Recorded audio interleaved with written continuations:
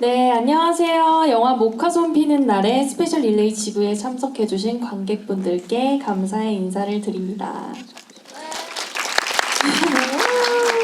네, 저는 이번 지부의 진행을 맡은 배우 정혜성입니다. 그럼 이제부터 저와 함께 영화에 대해 이야기 나누실 분들을 모시도록 하겠습니다. 심경수 감독님, 박원상 배우님, 우미아 배우님 입장하시겠습니다. 큰 박수로 맞이해주세요.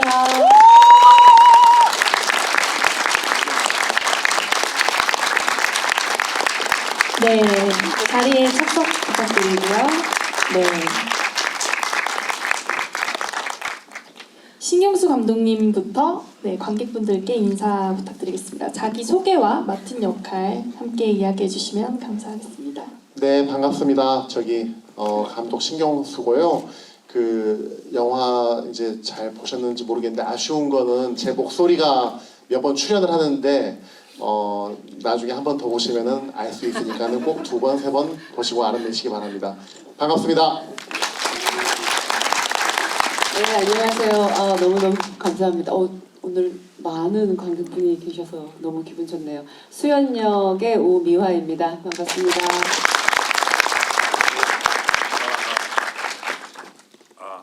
예, 병호 역할 맡아 연기했던 배우 박원상입니다. 함께 해주셔서 정말 너무너무 감사합니다. 네, 게스트분들을 이런 자리에서 뵙게 되니까 굉장히 저는 선배님들이시기도 하고 해서 영광입니다. 너무너무 영광입니다, 선배님들. 네, 영화 모카솜 피는 날에 대해서 이야기를 나눠보려고 하는데요. 그리고 관객분들이 다들 어떻게 보셨는지 저는 너무 궁금한데 일단 배우분들께 여쭙고 싶습니다. 영화 속에서 굉장히 감정적으로 고된 모습들을 연기를 많이 하셨는데요. 두 분은 전체적으로 이제 연기를 하시면서 어떤 고민들을 하셨는지 박원상 선배님부터. 네, 너무 많은 걸 적어오신 거 아니에요? 네, 저 처음에 이 대본이 저한테 왔을 때 작업을 하는 과정은 모카솜 피는 날 이번 작업이나 다른 작품이나 크게 다를 바는 없습니다. 그런데 세월호라는 그리고 그 10년이라는 그 무게를 내가 감당할 수 있을까의 고민은 어쩔 수 없이 따라왔는데 그래도 저한테 온 이 인연은 제가 미뤄낼 수 없는 거였고 고마운 인연이었기 때문에 무릅쓰고 했습니다. 그냥 제가 제일 잘하는 게 어금니 꽉 깨물고 무조건 열심히 하는 거거든요. 언젠간 잘하는 날도 와야 될 텐데 아무튼 그리고 저희 회차가 8회차였습니다. 전체 회차가 8회차였기 때문에 정말 가열차게 하지만 쫓기지는 않았는데 그렇게 작업하는 환경이 오히려 병호를 만나고 병호를 연기하는데 지나고 나서 생각해보니 오히려 다행이었다 싶었어요. 만약에 여유 있는 작업 과정이 여유가 있었다면 중간중간에 따라오는 고민들 그런 것 때문에 오히려 많이 에너지를 뺏겼을 것 같은데 다행스럽게 앞만 보고 쭉 달릴 수 있는 시간이어서 고맙고 소중한 시간이었습니다. 네. 저 역시 이 작품 세월호 10주기 영화를 만든 프로젝트가 가을 때 선택에 있어서는 망설임이 없었는데요. 그러니까 이 인물을 수연이라는 인물을 하려고 하니까 사실 이 인물이 유가족이고 다큐와 다름없는 이야기가 담겨져 있고 유가족분들에게 누가 되면 안 될 텐데라는 걱정도 많이 했고 근데 연기라는 게 사실 답이 없잖아요. 정답은 없지만 이걸 어떻게 접근할 수 있을까 내가 그 부분을 어떻게 담아낼 수 있을까 고민이 좀 됐죠. 근데 제가 그분들의 고통과 슬픔 그동안의 10년의 지난한 삶을 다 담기에는 정말 감이라는 단어가 저한테 있었고 그건 할 수 없을 것 같았고 그냥 그 고통을 그리고 수연은 병호와 다르게 어쨌든 계속 누르고 건조하게 표현하지 않고 있는 사람이라서 그냥 한 장면 한 장면을 그냥 꾹꾹 담아내려고만 견디려고 노력을 했던 것 같아요. 그리고 이 대본을 처음 봤을 때도 그렇고 촬영 중간도 그렇고 우미화가 개인이 흘리는 눈물이 있어서는 안 될 거라는 생각을 해서 그걸 제일 경계했어요. 그러니까 인물로서가 아니라 그냥 한 배우로서 우미화 그냥 한 사람이 자꾸 이걸 바라봤을 때 나오는 눈물을 제일 경계했던 것 같아요. 네. 대답 감사합니다. 감독님께서는 이번 영화가 첫 영화 연출이신데 현장도 그렇고 세상에 공개되는 과정도 그렇고 또 드라마랑 비교했을 때 어떻게 또 차이가 있으셨는지 그리고 촬영 날짜가 8일밖에 없었어서 뭐 어려운 점이나 뭐 좋았던 점이나 뭐 여러 가지가 있으셨을 것 같은데 네, 어떠셨는지 궁금합니다. 다시 소개를 드려야 될 것 같아요. 저기 신인 감독 신경수입니다. 네. 그 드라마하고 이제 영화하고 차이 이제 묻는 분들이 많이 계셨는데 제게는 그게 제일 컸던 것 같아요. 요새는 이제 사전 지작이 이제 좀 일반화가 되어 가고 있지만 그렇다 하더라도 대본을 완벽하게 다 뽑아놓고 이제 시작하는 경우는 여전히 흔치는 않거든요. 그런데 영화 작업을 해보니 완결된 이야기를 갖고 이제 나갈 수가 있다라는 점이 좀 가장 큰 장점이었던 것 같습니다. 그리고 드라마 하면서도 세월호 이야기를 드라마로 만들고 싶었지만 그건 상당히 좀 막연했거든요. 그러니까 드라마로 만들기가 쉬운 일만 아니기 때문에 그렇지만 이거를 했다라는 것, 그러니까 내가 정말로 하고 싶은 이야기를 할 수 있었다라는 점이 또 이제 달랐던 것 같아요. 그리고 8회차가 주어졌는데 사실은 뭐 그러니까 어떤 감독이라도 그러니까 여유 있게 촬영할 수 있으면 좋겠지만은 이제 이를테면은 선체 내부를 저희가 촬영할 때는 들어갈 수가 있었는데 지금은 안전상의 이유로 이제 들어가지를 못해요. 정말 그러한지는 잘 모르겠지만 해서 그런 스케줄의 문제 그리고 예산의 문제 때문에 8회차 동안 다 찍어냈지만 여기 계신 선배님들이 증명하기를 정말 즐겁고 재미있게 찍었다라는 것 같고 아마도 그거 가장 큰 차이는 함께하는 스태프들 배우들의 눈빛과 마음이 우리 이거 정말 만들어야 하는 이야기를 함께 만들고 있다는 마음이 느껴졌던 것 같아요. 그래가지고 굉장히 좀 그들에게서 에너지와 힘을 얻어가면서 연출했던 것 같습니다. 놀랍게도 그 짧은 일정 중에 3번의 회식이 있었습니다. 그러니까 절대 쫓기면서 한 작업은 아니었습니다. 그냥 전 몰랐어요. 8회차인지 이 영화 때문에 GV를 하면서 알게 된 아주 놀라운 사실입니다. 네, 가능합니다. 네, 저도 감독님이랑 같이 작품을 2작품이나 같이 했었는데 정말 빠르게 알잘딱깔센 맞나요? 요즘 용어로 그걸로 완전 빠르게 딱 그냥 원샷 원킬로 빠바박 촬영을 금방 끝내시는 분이신데 그 안에서도 정말 섬세한 연출로 늘 결과물을 봤을 때 되게 감동을 안겨주시는 분이셨거든요. 네. 이런 연출을 만나면 배우들은 긴장하게 됩니다. 저한테 할애될 시간이 얼마 없기 때문에 그쵸. 그 할애된 시간에 기회가 한 번밖에 네, 없다. 한 번 더 하게 해달라 하면 괜찮은데? 네, 할 걸 다 해야 되겠죠. 좋습니다. 그거 칭찬인지 비난인지 잘 모르겠네요. 다음 컷 이러고 넘어가니까 사실 배우들이 집중하기에 너무너무 좋은 감독님이 아니신가. 근데 또 결과물을 봤을 때 늘 훌륭했었어서 저는 개인적으로 작업을 할 때 너무너무 좋았던 기억이 있는 감독님입니다.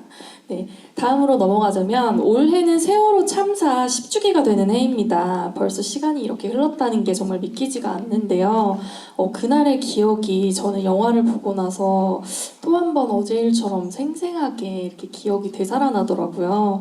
목화선 피는 날에서는 참사 이후 10년 동안 남겨진 사람들의 이야기를 하나씩 다루는데요. 유가족인 병호와 수연 그리고 당사자는 아니지만 그들에게 짙게 공감하는 진수와 기성까지 다양한 캐릭터들을 만나볼 수 있는데요. 영화를 보면서 저는 정말 깊게 이제 세월호에 대해서 다시 한번 생각하게 되고 그 사건에 대해서 한 번 더 떠올리게 되는 그런 계기가 됐던 것 같은데요. 제가 듣기로는 영화 속의 실제 유가족분들과 참사 이후에 함께 해주셨던 활동가분들 그리고 자원봉사자분들까지 많은 분들께서 영화에 함께 해주셨다고 들었어요. 그분들 배우분들과 함께한 소감과 또 어떻게 그분들과 함께하게 되셨는지 감독님께 한번 답변을 부탁드리도록 하겠습니다.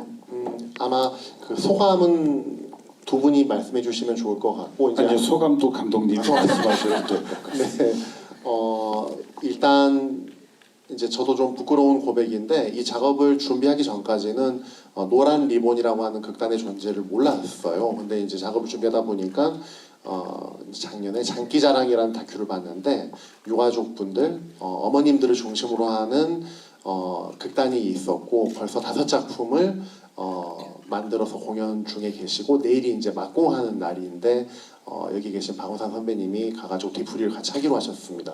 그리고 6월 달에는 또 해화동 1번지라는 극장에서 공연을 하니까는 찾아보시면 좋을 것 같고 이제 진도로 촬영 준비를 하고 다 맞춰서 내려갔는데 빈틈이 보이는 거예요. 그러니까는 몇 씬들에서의 빈틈이 보여서 저희 제작사 분에게 극단 노란 리본 어머님들이 좀 와주시면 좋을 것 같다라고 청을 했더니 너무나도 흔쾌하게 와주셔가지고 시원한 아이스 아메리카노와 함께 내려오셔가지고 초반부에 그 기억의 숲에서 은행나무에 비료 주는 씬, 그리고 복잔의 가게에서 미역국 엎어버리는 장면, 그리고 컨테이너에서 이제 병호가 미쳐 날뛸 때 이제 그때 이제 같이 연기를 해주셨는데 그 컨테이너 씬에 대한 최덕문 선배의 이야기는 그 어떤 기성 배우보다 진솔하게 한마디 던지는 그만해, 이게 정말 무게감이 있게 와 닿았다라고 그러셨어요. 그래서 일단 노란 리본 분들, 그리고 광주 촬영할 때는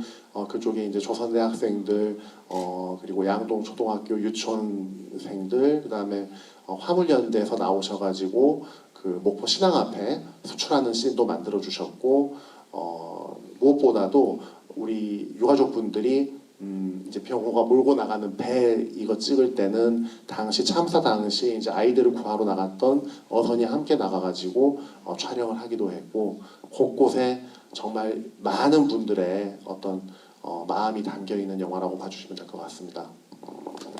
살짝 바로잡을 게 있는데요. 내일 그 유가족 어머님들 공연에 뒤풀이를 가는 게 아니라 공연을 보러 가는 겁니다. 네, 뒷풀이를 가시는 게 아니라 공연을 보시는 걸로 생각해 주시면 감사하겠고요. 그 이야기가 나와서 말인데 제가 영화를 보고 나서 되게 연기적으로도 그렇고 연출적으로도 그렇고 되게 감동받았던 씬이 여러 가지가 있는데 그 중에 하나가 컨테이너 씬이었어요.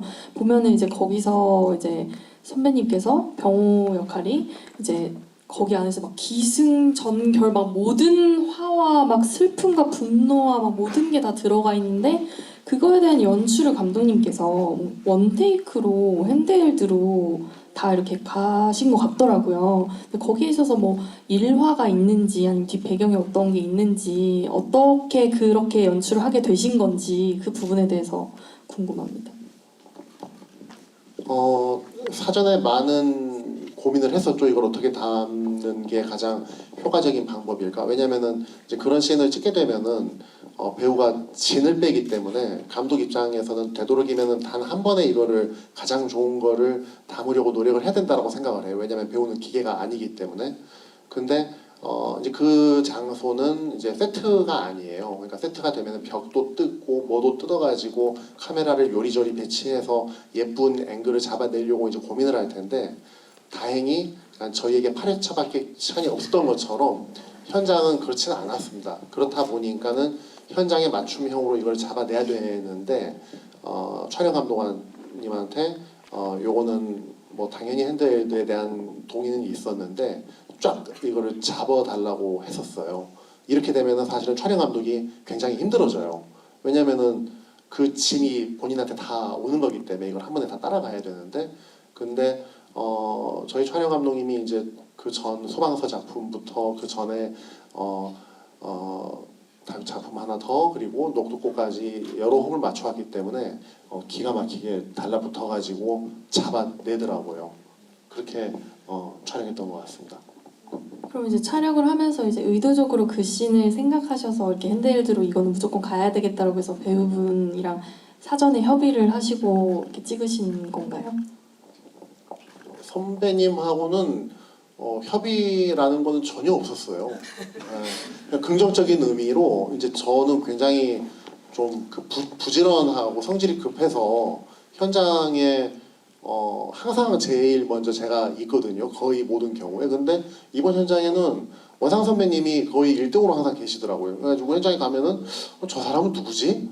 하면은 원상 선배님 이렇게 뒷모습이 보이고, 그래서 이제 어쨌건 미화 선배님은 작업을 같이 했지만은 선배님은 처음이라 몇 번 이제 다가가서 친해지려고 이제 생각도 알아야 되니까 했는데, 그 뒷모습 보고 있는데 씬 준비를 하고 계시는구나 이게 느껴졌고, 이렇게 해보니 뭐 완벽하게 준비를 다 하시는 것 같아서 저는 간섭을 안 하려고 했어요. 그러니까는 이야기가 많아지면 머리가 복잡해질 텐데 그게 병호에게 좋을 것 같지 않아가지고 거의 사실은 협의라고 할 게 별로 없었던 것 같아요. 본능적인, 아주 본능적인 생존 본능입니다. 생존 본능. 여기선 이렇게 안 하면 못 버티겠구나.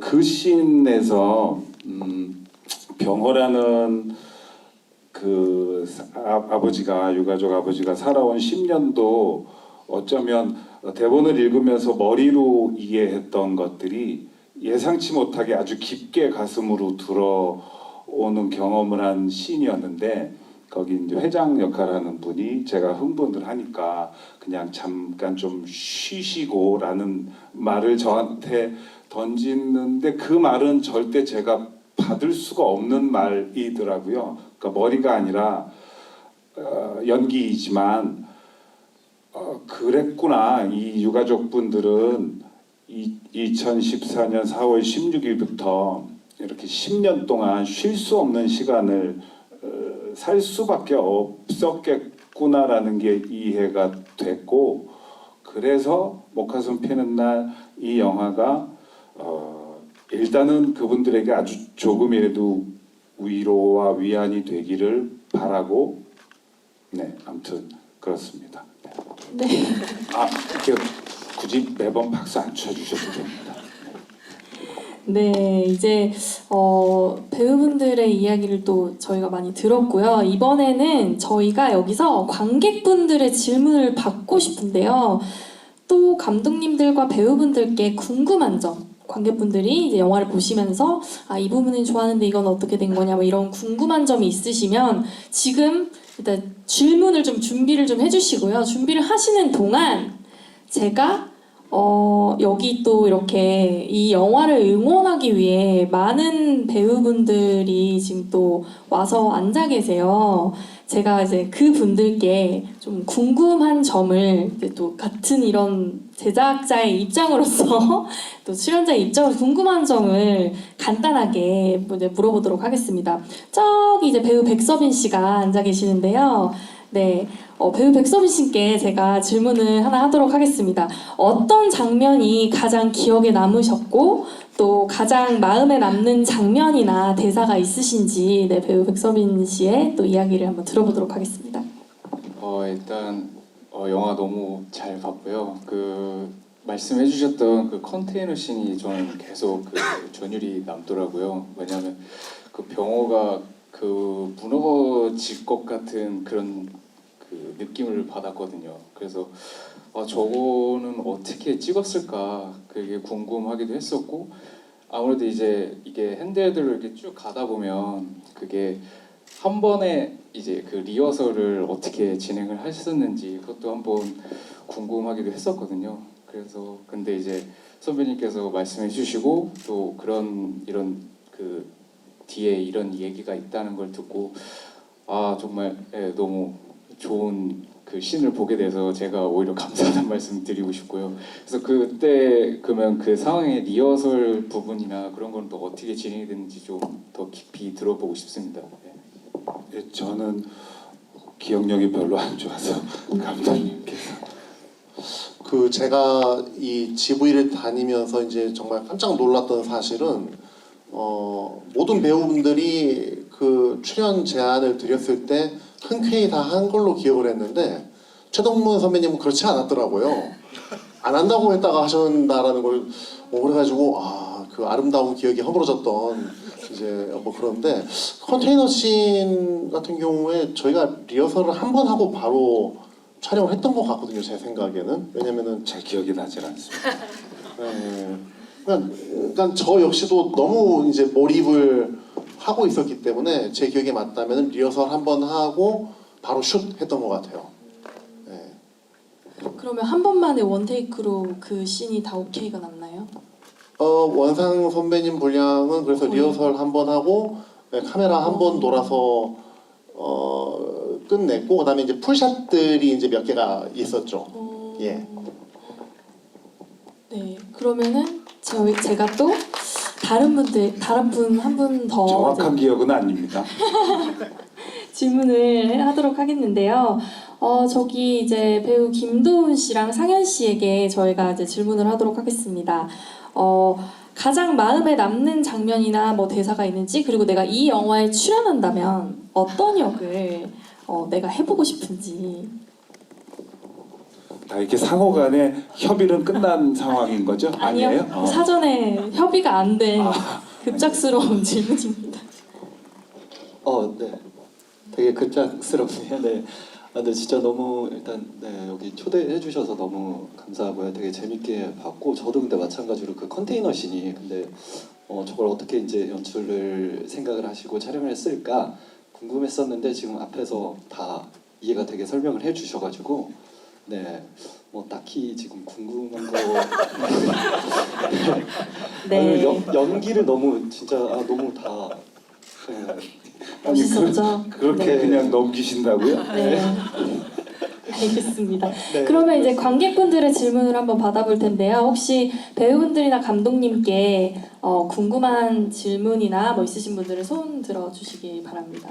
오, 저기 이제 중앙에 서빈 배우님 옆에 계신 분. 네, 안녕하세요. 제가 영화를 보면서 제가 유가족은 아니지만 영화가 끝날 때 감히 이제 그 유가족의 마음을 1% 정도 알겠더라고요. 그 이유가 제가 이거는 감독님한테 참 궁금한 건데 제가 이 영화를 보면서 계속 느꼈던 거는 그 배우 수연 그 다음에 어머니와 아버지가 본인의 인생이 있잖아요. 그 인생이 제가 그 배우가 아버지가 그 차 안에서 민증을 보면서 본인의 이름을 받고 차 안에서 그 어머니가 그 남편한테 당신 내 이름이 뭐지? 제가 대사는 기억이 안 나는데 끝까지 그런 어떤 정체성을 이야기를 하는 것 같았어요. 저는 이제 제가 일반인으로서 봤을 때 너무 그 아이를 잃은 마음은 슬프지만 본인들의 인생이 있을 텐데 그 인생이 그 안에서 이렇게 찾고자 한다고 맨 처음에 느꼈어요. 그래서 저는 그게 되게 슬펐거든요, 사실. 그러면서 이제 맨 마지막 씬에 그 버스 안에서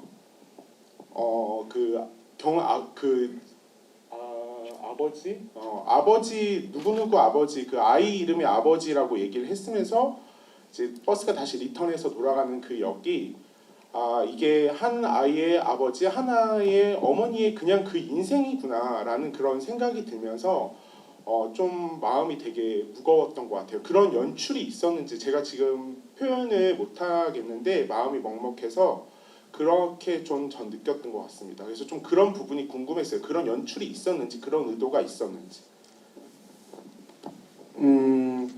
이거는 어떤 그런 연출의 의도라기보다는 그러니까 우리 모두가 이제 그렇게 살아가고 있는 게 아닌가 싶거든요. 이를테면은 저도 이제 촬영 현장에 가면은 감독이 되는 거고 집으로 돌아가면은 남편이 되고 이제 아빠가 되고 이제 이런 그 역할들이 달라지는 거잖아요. 자기가 어느 시간대에 어떤 그 그룹에 있느냐에 따라 가지고. 그런데 우리가 이제 어떤 일을 겪게 되면 이 영화에서는 세월호 참사라고 하는 큰 일을 겪었고 이 가족은 둘째 딸이 죽게 되면은 남아있는 가족들이 자기 스스로를 증명하는 유일한 방법은 누구의 아빠, 그러니까 경은이의 아빠, 경은이의 엄마로 이제 살아갈 수밖에 없게 되는 것 같아요.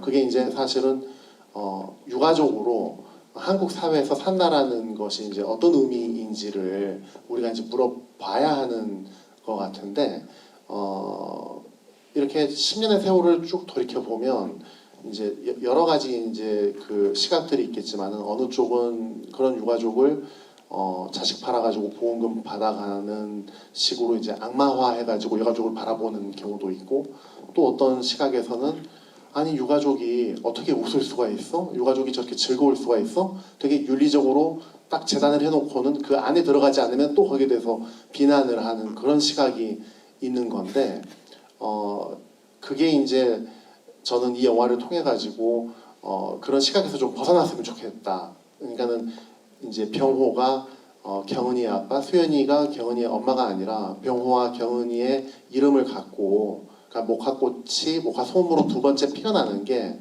물론 제 1번은 경은이가 그렇게 피어나기를 바라는 것도 있지만은 병호, 수연이 그리고 언니인 채은이 이런 유가족 분들이 다시 무너져버린 삶에서 일어나가지고 두 번째의 자기 이름으로 살아나기를 바라는 마음을 담고 있고, 그거는 어떤 연출의 의도라기보다는 사실은 우리 모두에게 해당하는, 우리들도 세월호 참사의 어떤 당사자라고 생각을 하거든요. 다들 미안한 마음들이 어느 정도는 있는데 그 미안함을 넘어서는 어떤 방법을 이제는 좀 찾아야 되지 않을까, 그런 생각이 듭니다.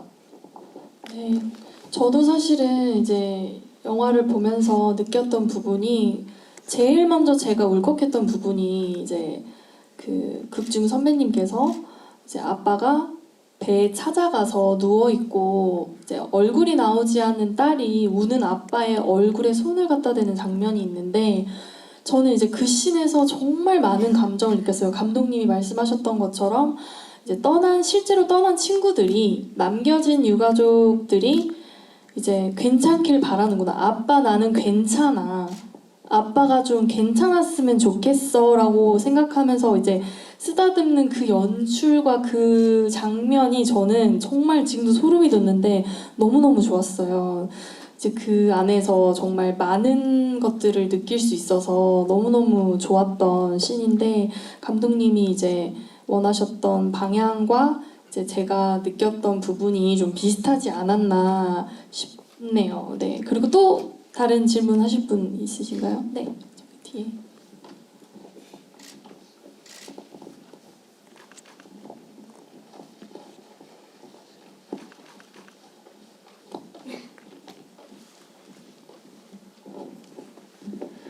네, 안녕하세요. 우선 영화를 보면서 많은 분들이 시작하신 게 이 컨테이너 씬이었고 그 부분인데, 저는 그 부분 말고도 마지막에 그 버스 장면하고 그 뒤에 연결되는 이제 학생들이 그 설명해주는 그 장면, 이제 두 개가 연결이 되면서 나중에 마지막 장면이, 저희가 아마 버스에 그 경은이었나요? 그 친구가 이제 부르는 장면이 딱 끝나고 그걸로 이제 마무리가 되는데, 그거를 보면서 아직, 그러니까 많은 분들이 아시다시피 세월호 문제라든가 이런 다른 사회적인 문제들이 아직 끝나지 않았고 계속 기억해야 된다라는 느낌을 많이 받았는데, 그런 의도로 연출을 하셨던 건지 감독님께 한번 여쭤보고 싶고, 그리고 이제 우리 박원상 배우님 같은 경우는 이 버스 장면에서 되게 뭔가 후회가 많이 든다는 느낌 받았거든요. 그 마지막 버스 장면에서 그때 그 감정이 어땠는지 이렇게 두 가지를 좀 물어보고 싶습니다. 제가 질문을 또 까먹을 확률이 높으니까 먼저 답변을 드리자면요. 그 버스 장면에서 후회라고 느끼셨다면, 저는 그 10년 세월 동안 옆에서 자원봉사를 해주셨던 분들, 음으로 양으로 그 진수, 안산에서 늘 학생들을 태우고 다녔던, 버스를 몰던 그 진수라는 분과의 저는 개인적으로 고마움이었고 미안함, 그리고 아주 깊은 공감, 연대감이었어요. 그러니까 사실은 내 그 병호는 어떻게 감당할 수 없는 슬픔을 그런 식으로 풀어낼 수밖에 없었던 게 아닐까. 그리고 그 단기 기억 상실은 그렇기 때문에 살기 위한 방어가 아니었을까. 그럼에도 불구하고 다시 그 기억을 찾아가지만, 그래서 그 버스의 장면은 그럼에도 불구하고 같이 가줄 누군가가 옆에 있다는 걸 다시 한번 느끼는 병호였고, 그래서 나는 또 10년, 20년 앞으로 또 갈 수 있을 것 같다 였습니다. 후회로 느끼셨다면 다음번엔 잘 한번 표현해 보겠습니다. 그 이제 크레딧이 올라가는 에필로그 장면일 텐데 이게 진도 내려가가지고 세월호 답사를 하고 나니까 이거 대본이 시나리오가 이렇게 끝나서는 안 될 것 같다라는 생각이 들더라고요. 그래서 그 뒷부분을 다시 붙였던 거예요. 원래 시나리오에는 없었던 부분이었고, 그 이유는 첫 번째는 이 작품을 선택했을 때 선체 내부를 이제 보여주는 게 굉장히 중요한 목적이었는데, 영화 보시면은 밤 씬들이잖아요, 대부분이. 그래서 잘 안 보이는 거예요. 그래서 이거를 본격적으로 보여줘야 할 게 필요하다라는 게 첫 번째였고, 두 번째는 의미적으로 저는 이 영화를 보고 이렇게 집으로 돌아가실 때 그냥 너무나 슬픔에 빠져가지고 여러분들이 돌아가지 않기를 바랬어요. 그러니까 우리 사회가 한 발짝이라도 앞으로 나아가고 있고 어떤 희망과 용기를 좀 느끼면서 극장 문을 열기를 바라기 때문에 그런 의미에서 이제 또 필요했던 것 같고, 세 번째로는 저는 이제 이 영화가 이제 지속적인 의미가 있으려면 저희가 이제 촬영할 당시에는 동서 아버님께서 이렇게 단체로들 내려오시면은 설명을 해주셨거든요. 다크 투어라고 하잖아요. 그런데 지금은 그거를 하지를 못한단 말이에요. 세월호가 의미가 있으려면은 이거는 계속 해가지고 지속적으로 교육의 장소가 되어야 된다라고 강하게 생각을 해요. 지금 뉴욕에 너무 예전에 가가지고 지금 어떻게 되는지 모르겠지만은 보면은 9.11 테러 현장이 너무나 이제 멋지게 아름답게, 그래서 여러 사람들이 와가지고 그걸 기억하고 이런 일이 있으면 안 된다라는 거를 생각하는 어떤 랜드마크가 되어가지고 있는데, 왜 우리는 그러지 못할까? 그러지 못했기 때문에 이태원이나 오송이나 이런 일들이 계속 벌어지는 게 아닐까? 비록 그런 참사가 벌어진다 하더라도 그 이후에 대처를 어떻게 할 건지 이거를 좀 더 고민을 해야 되는 사회가 되어야 하는데 왜 우리는 그러지 못할까에 대한 되게 그 괴로운 마음이 있어서 그 에필로그를 그렇게 붙였던 것 같습니다.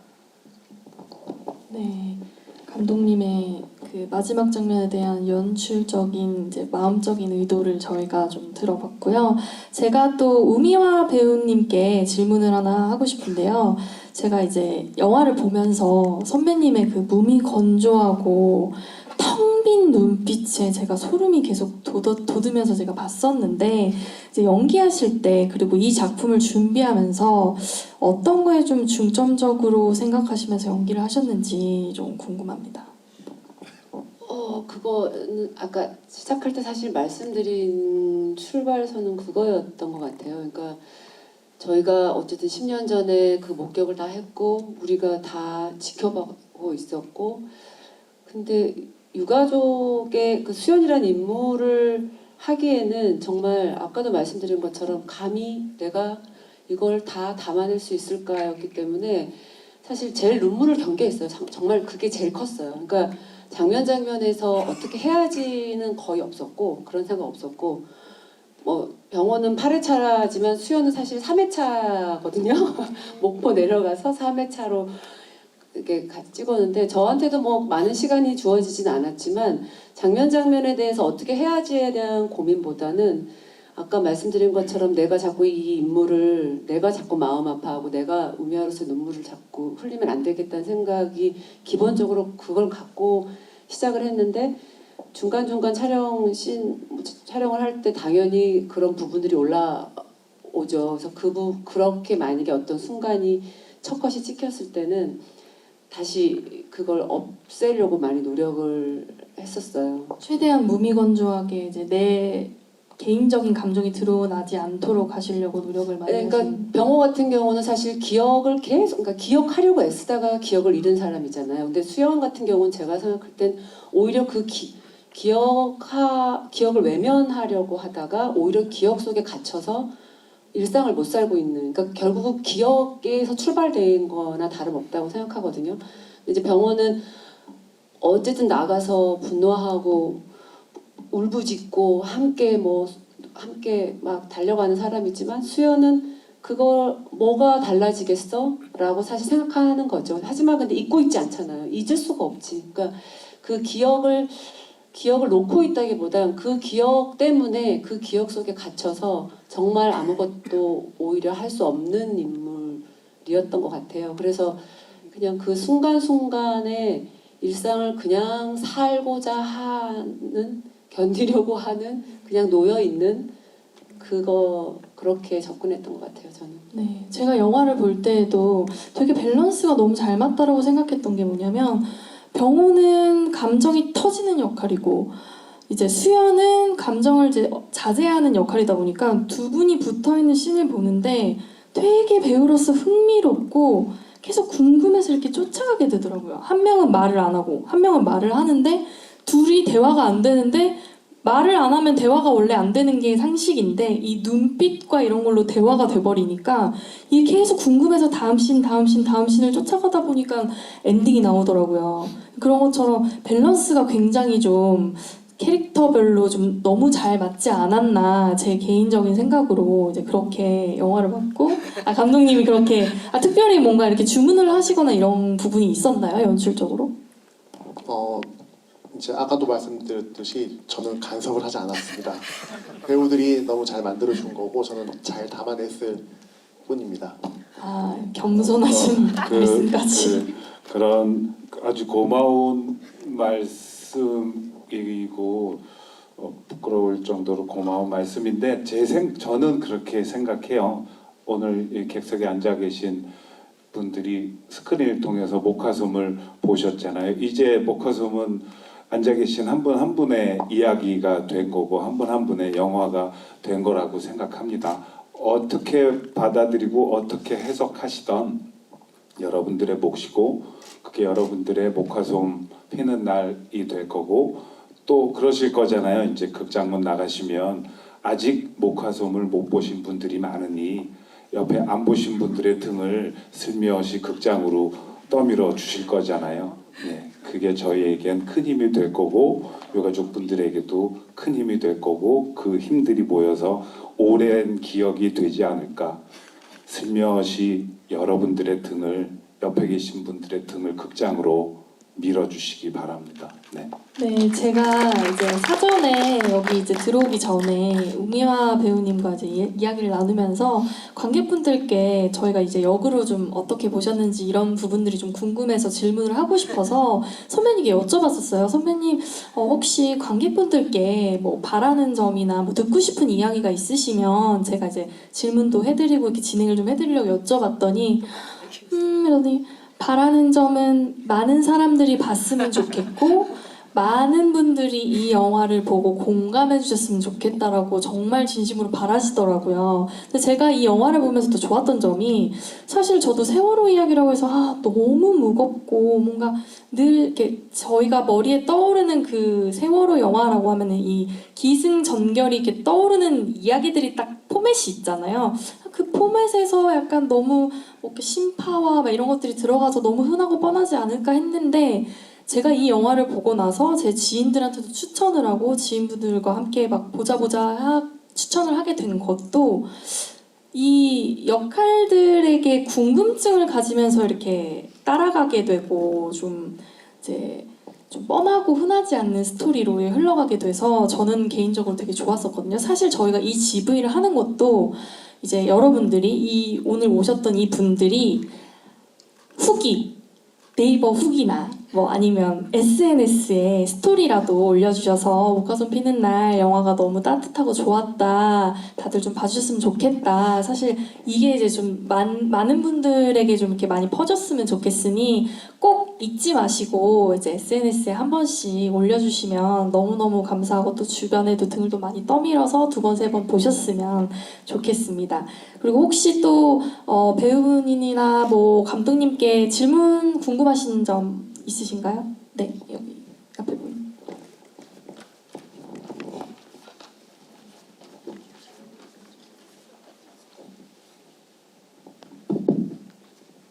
저는 시네마 디옥에 감독님 출연하신 거 보고 왔어요.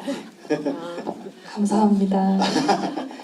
그 영화 너무 좋았습니다. 그 놀라운 점은 그 8회차면서 그리고 또 제작 지원 단체가 크레딧에 봤을 때 2군데만 있었는데 좀 지원이 부족하지 않았을까 하는 생각이 드는데도 너무 이게 퀄리티가 좋게 제작해낸 것이 너무 대단하고 정말 멋지다는 생각이 들었고, 그다음에 좀 아빠가 기억을 잃은 것처럼 우리도 어쩌면 10년간 좀 잊고 있었던 것을 아빠가 기억을 되찾아가는 것처럼, 그리고 옷 색깔이 처음에는 좀 희미한 회색 같았는데 마지막 버스를 탈 때 좀 짙은 남색이 된 게 좀 고래 피부 같은 그런 걸 좀 표현한 걸까 하는 생각이 들 정도로 좀 우리들에게 계속 저기 잊지 않고 있어요, 잊지 않게 하기 위한 영화가 아닐까라는 좀 생각이 들었습니다. 그래서 제가 질문 2가지 드리고 싶은데, 제가 그냥 세월호가 어떤 일인지는 알지만 자세히는 몰랐는데 그 버스가 60번이고 그 다음에 보트 그 모터 중앙에 60이라는 숫자가 적혀 있었는데 그 60의 의미가 있는 건지 좀 궁금했고,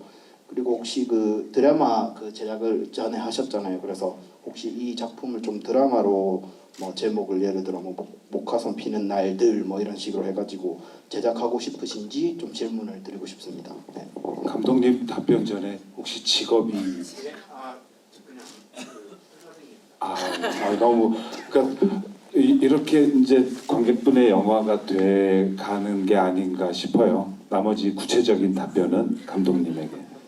그리고 왜 용산으로 가시지 왜 일로 오셨어요? 매불쇼를 보셨는데.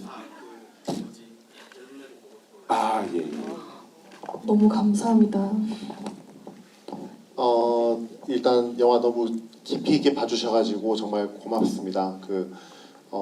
이제 드라마는 이렇게 관객분들을 만나는 건 없어요. 그래서 이제 영화 하면서 처음으로 이제 GV라는 걸 하고 그러면서 이게 또 영화가 완성이 되어가는 과정이구나 싶은 게 좋은 의견들을 많이 주시면은 제가 이제 무의식 중에 까먹고 있던 것들, 생각지 못했던 것들이 이제 영화를 점점 선명하게 이제 만들어 내는 것 같은데, 이를테면은 병호의 옷 이야기에 대한 지적은 이걸 제가 다음에 가가지고 제 아이디어라고 써도 되는지 솔직하게. 네, 근데 너무 해석이 멋지시고요. 그리고 그 보트에 60이 쓰여 있는 거는 제가 이거를 편집을 하면서 정말 수백 번을 봤는데 굳이 보질 못했는데 나중에 다음 작업할 때 편집을 저랑 같이 이제 도와주시면은 어떨까. 네. 60에 대한 따로 의미나 뭐 의미 부여를 연출적으로 하신 건 아니에요. 그렇진 않았습니다. 그렇진 않았고, 다만 초반 오프닝의 로타리와 마지막에 회차하는 로타리가 반드시 로타리가 필요하다라는 거는 의도였는데 60번이라든지 병호의 의상은 아마 의상팀이나 소품팀이 깊은 의도를 갖고 있을 거라고 저희 스태프들을 믿기 때문에 그렇습니다. 네. 네, 답변 감사합니다. 저기 뒤에 계신 분도 질문을 아까 손 드셨는데요. 네네 먼저 모자 하시고 먼저 하시고 저 하는 뒤에 걸로 할게요. 손 한 번만 다시 들어주시겠어요?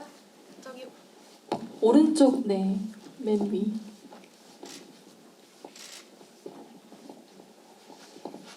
영화 너무 잘 봤습니다.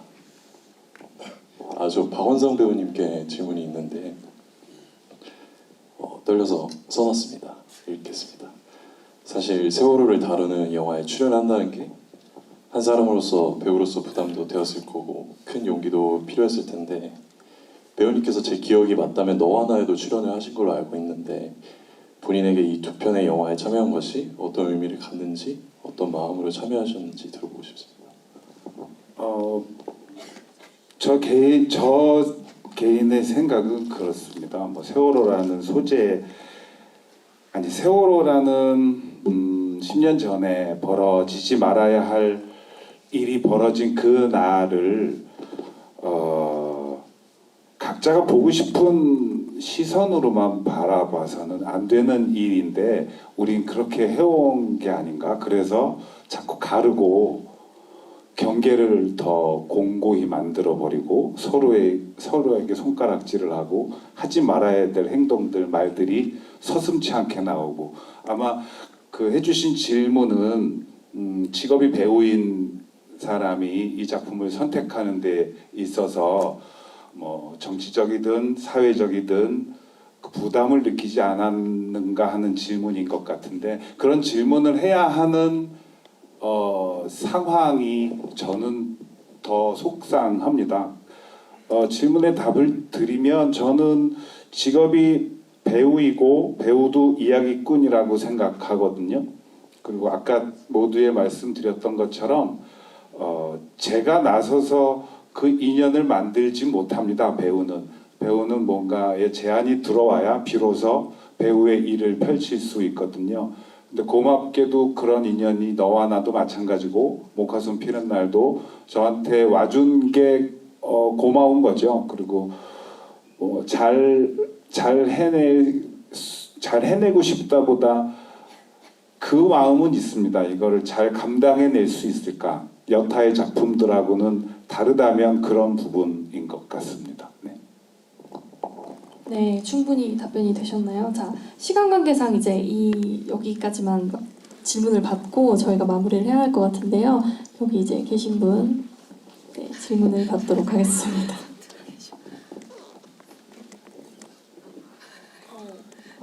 네. 네, 기회를 주셔서 감사합니다. 저는 다르게 오늘 진행을 정혜성 배우님이 하시고 계시는데 어떻게 해서 오늘 진행을 맡게 됐는지요.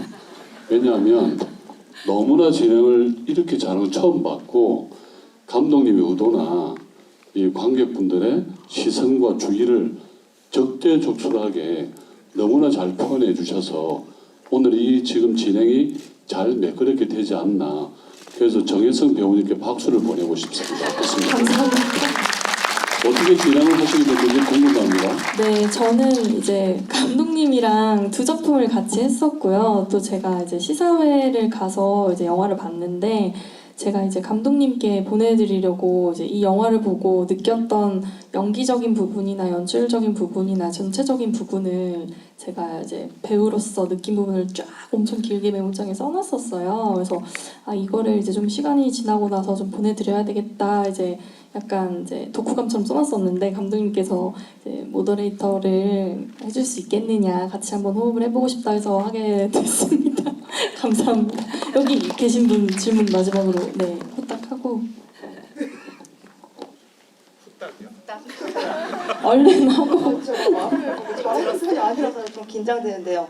정혜성 배우님께서도 이제 영화의 밸런스에 대해서 말씀을 하셨고 이제 감독님 같은 경우에도 이전 GV에서 사회 구성원으로서의 입장과 그리고 이제 연출가로서의 균형을 좀 많이 유익 있게 신경 쓰면서 만드셨다 하셨고 우미아 배우님께서도 눈물을 경계하셨다고 하셨어요. 사실 우미아 배우님께도 질문을 드리고 싶었는데 아까 전에 다 말씀을 다 설명을 해주셔가지고 이제 우미아 배우님 같은 경우에는 슬픔을 인지는 하고 있지만 긍정하지는 못한 상태에서 이제 담담하게 체념하시는 역할이셨고 박원상 배우님 같은 경우에는 감정적으로 토해내지만 헤매이면서 토해내는 연기를 하셨거든요.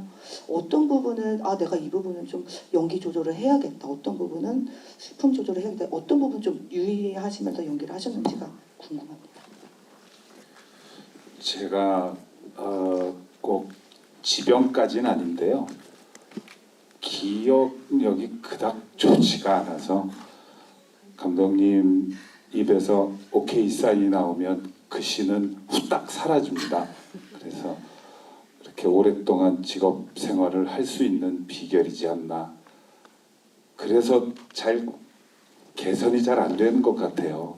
기억을 하고 그걸 고쳐나가야 돼. 네, 사실 그게 이제 저도 이제 배우라는 직업을 가지고 있고 이제 연기를 하다 보면은 어느 씬들은 기억이 나는 씬들이 있는데 정말 감정이 극으로 달하는 씬으로 이제 집중력 있게 연기를 하다 보면 사실 이제 연기가 다 끝나가서 컷 오케이 했는데 내가 뭘 했지? 라고 생각이 안 날 때가 있어요. 그 정도로 몰입을 해서 이제 막 이렇게 그 인물의 감정을 막 따라가다 보면 고마운데 그렇게까지 안 도와주셨대. 그래서 선배님도 사실 기억이 나지 않으신 게 아닐까. 꼭 그게 아닐 수도 있으니까요. 정말요? 그 정도에서 예, 감사합니다. 저는 사실 기억이 안 나는 적이 되게 많아서 이제 그 분들이 그런 씬들이 늘 이제 딱 그게 달하는 역할을 예, 이제 그만해. 제가 개인적으로 또 한 가지 또 더 질문하고 싶은 게 있는데 극 중에 경은이가 마지막에 얼굴이 나와요. 혹시 그거에 대해서 이유나 뭐 연출적인 의도나 어떠한 이유가 있는지에 대해서 궁금했어요. 병호는 기억을 잃어버렸고 그 경은이에 대해, 그리고 수현은 경은이를 잊으려 노력하는 상태였기 때문에 그때까지는 경은이 얼굴이 안 나오길 바랬어요.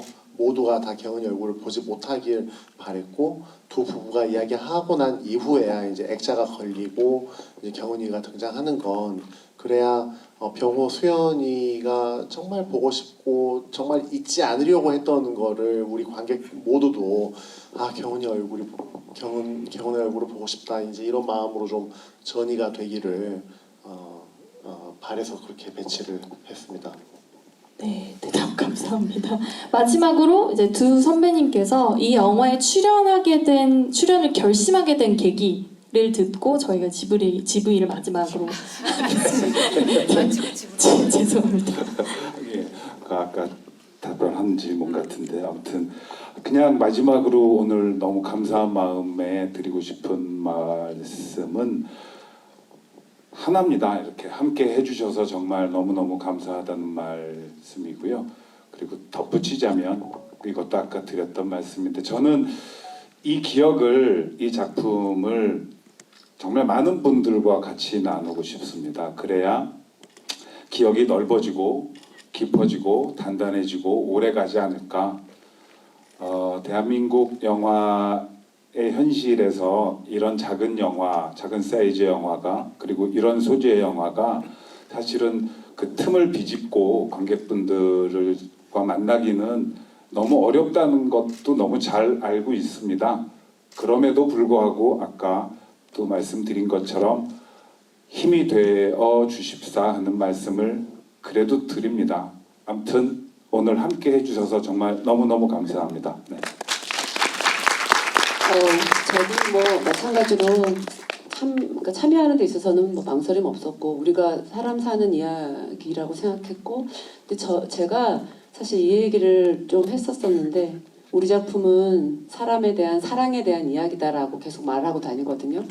근데 이전에 한강 소설에 작별하지 않는다라는 소설을 읽었을 때 그게 제주 4.3에 대한 이야기가 담긴 소설이잖아요. 근데 거기에 작가가 그런 말을 뒤에 하더라고요. 그러니까 나는 이 이야기가 사랑의 이야기로 사람들에게 다가갔으면 좋겠다. 근데 그 말이 저는 되게 많이 와닿았어요. 그러니까 우리가 다 사람을 그러니까 살아가면서 서로 사람과 사람이 사랑하지 않으면 안 되는 일이고, 우리 작품도 결국 그 이야기라고 생각하고 사람에 대한 우리가 예의와 연민과 이해와 공감과 그게 다 담겨 있는 이야기라고 생각하기 때문에 저는 오히려 개봉을 하면서 더 제가 이 작품을 하길 더 잘했다라고 생각이 들기도 하거든요. 그러니까 정말 그동안 내가 일상으로 돌아가서 잊고 살았다가 정말 유가족분들을 가깝게 오히려 지금 만나고 있거든요. 그러니까 정말 내 가족이고 내 이웃이고 내 친구의 이야기고 나의 이야기라는 게 진짜 이제는 그게 가슴으로 좀 왔거든요. 그래서 내가 이걸 참여하길 잘했다는 오히려 지금 개봉을 하면서 더 느끼고 있어요. 네. 네, 감독님도 마지막 한마디 정리해 주시면 감사하겠습니다. 이제 이렇게 공적인 자리에서는 되게 점잖게 이야기를 하는데 평소에 현장에서 제가 자주 하는 이제 표현이 연병하고 있네를 자주 해요. 근데 이제 되게 이제 그 영화하고 드라마를 배우들이 같이 하면은 스케줄 조정을 해야 되는데 이제 배우들이 영화 홍보가 있어가지고 뭘 좀 빼야 된다 그러면은 그때는 몰랐어요. 홍보가 이렇게 어려운 거를. 그래서 연병하고 있네. 무슨 홍보하고 와서 촬영하면 되지. 뭔지 이렇게 했는데 앞으로는 그러지 말아야겠다라는 거를 정말 몸소 뼈저리게 지금 아니 그게 정말 마지막 말씀입니까? 엄청 좋은 경험을 하셨네요, 감독님. GV와 더불어 이제 그런 체험을 하고 있고 그리고 이제 그 제가 그 매불쇼에 가가지고 최홍님에게 강매를 했단 말이죠. 근데 극장 문을 열고 들여보내는 거는 등을 이렇게 슬며시 밀어서 가는 경우도 있지만 사실은 독한 마음을 먹지 않으면은 극장에 보내기 힘든 것 같아요. 저는 여러분들께 마지막으로 드리고 싶은 말씀은 오늘 와주신 것도 너무 고맙지만 일당 100의 마음으로 마음은 독하게 먹으시고 극장으로 보내주시면 고맙겠습니다. 홍보가 힘들다고 하는 게 정말 절박하고 절실한 마음으로 부탁드립니다. 고맙습니다. 네, 감사합니다. 저도 이제 목화손 피는 날이라는 영화를 주변에서 얘기를 하면은 아까도 말씀드렸다시피 많은 분들이 그런 세월호 영화가 개봉을 했다고 라고 하는데 다시 한번 여기 계신 분들이 관객분들께서 관객 리뷰를 좀 잘 남겨주시면 너무너무 감사하겠습니다. 네, 저희 이렇게 마지막 인사를 저희 해야 될 것 같아요. 이제 시간 관계상 GV를 맞춰야 될 것 같고요. GV에 참석해주신 관객 여러분들께 진심으로 감사드리면서 또 한번 이제 목화손 피는 날 많은 추천 부탁드리고요. 또 많은 이야기를 진솔되게 나누어 주시면 감사할 것 같습니다. 감사합니다. 와주셔서 감사합니다.